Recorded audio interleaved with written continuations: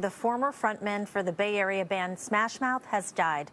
So in honor of Steve Harwells' life, singer for Smash Mouth, I'm going to go over my favorite top Smash Mouth songs, or important Smash Mouth songs.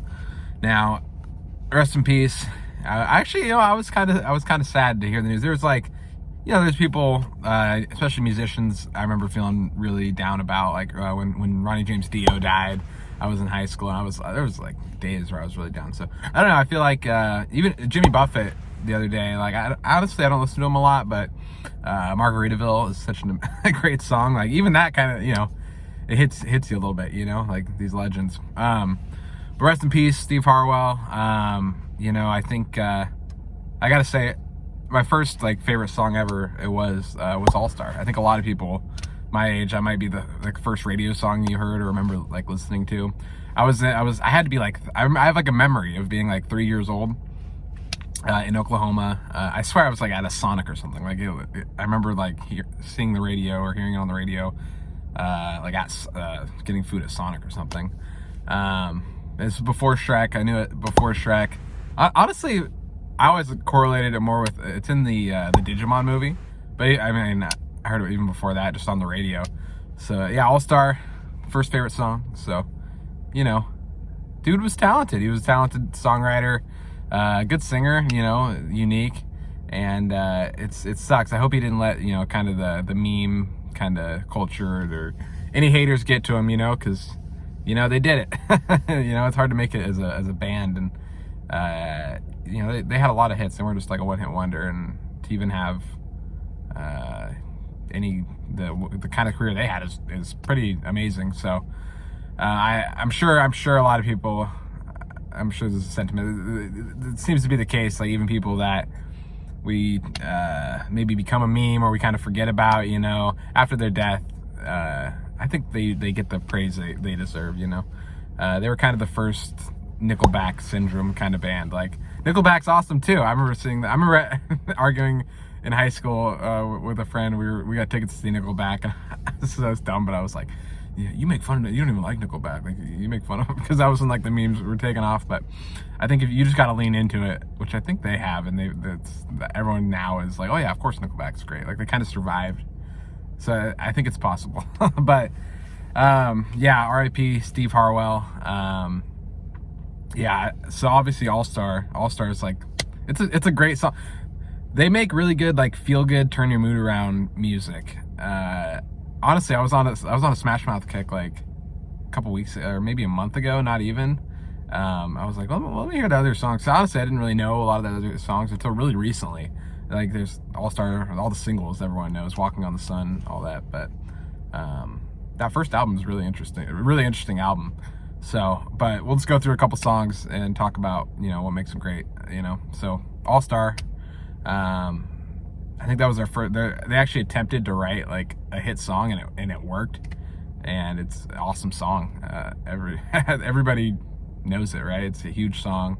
It's funny how I guess it was the music video. There was some superhero movie with the guy from Shameless. I think Ben Stiller. It's a dumb superhero comedy movie. All right, state your name and power. I am the Waffler. But then everyone knows it from Shrek. It's in the Digimon movie. They had a lot of commercial outlets, that kind of blew them up. And hey, if you're not, there's really no shame in that. If you're not if it doesn't go into your ideals, it's not you're some band, a punk band that started out saying, no, we'll never, no, they knew what they were doing and it worked for them. But yeah, dude, if I'm in a bad mood, that's I'll put that on, boom, turn around, somebody, it just gets you going. So I think the first big hit was Walking on the Sun. That's an awesome song too. Kind of Doorsy, 70s, with the organ. That's a great sing-along song too. He's a great lyricist. Sometimes they're really hooky lyrics, and maybe you don't know what they mean, or maybe they don't mean anything, but they're great lyrics, really memorable and catchy. That song seems kind of about the hippie generation. I guess the hippie generation didn't really change anything, I think is kind of what it's saying, but all the 60s, 70s, all that culture, you know, it didn't change anything, and the world's going to crap, so we might as well be walking on the sun. I'm gonna say these aren't really in any order, but another notable song is "Sorry About Your Penis," just for the fact that Smash Mouth has a song called "Sorry About Your Penis." It's kind of a weird song, but it's, you know, I had to throw it out there. It's their very first album. You kind of associate them more with, like, you know, kind of like kid-friendly music, so it's a great title. So "Sorry About Your Penis."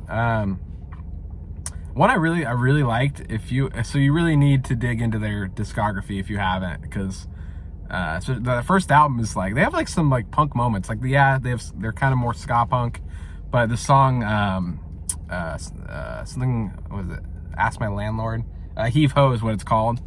But dude, it sounds like it could be a NoFX song. I'm pretty sure Steve Harwell had some influence from, you know, some Bay Area punk, California punk rock, because that could easily be a NoFX song. So it was surprising to hear a lot of like kind of punk moments, like the gravel in his voice, the guitars. That song doesn't have any like horns or anything, or organ or anything weird. So Smash Mouth has some punk roots for sure. That if you want to be surprised, I would say listen to that one. It's on their first album. I think it's called Fushu Man. It's like a play on words. They say it was based on the way Al Pacino says "F you man" in Scarface. It's like interesting album. I'd say the next one would be, let's see, Believer. It's a cover song, but that's another like feel good song if you're feeling kind of down, like that just gets you going. I think that's also in a Shrek movie. So I'm a Believer. Solid song. Why Can't We Be Friends? I think that was like their first like big song. I know that's also a cover. Very ska punk. That's classic. And the only other one I really wanted to mention was a song "Waste" on Astro.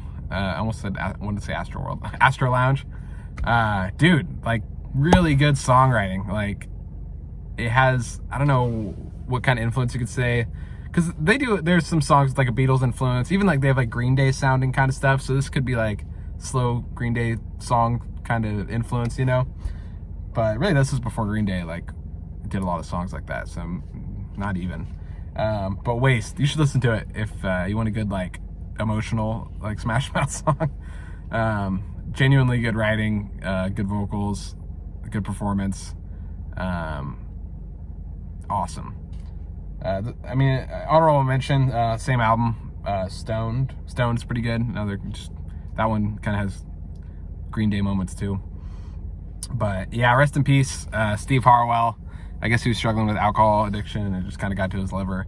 But I was genuinely sad. At first, you see the hospice thing. I saw that yesterday, and then boom, like it happened so quick. Alcohol really gets people, dude. You got to keep that in check.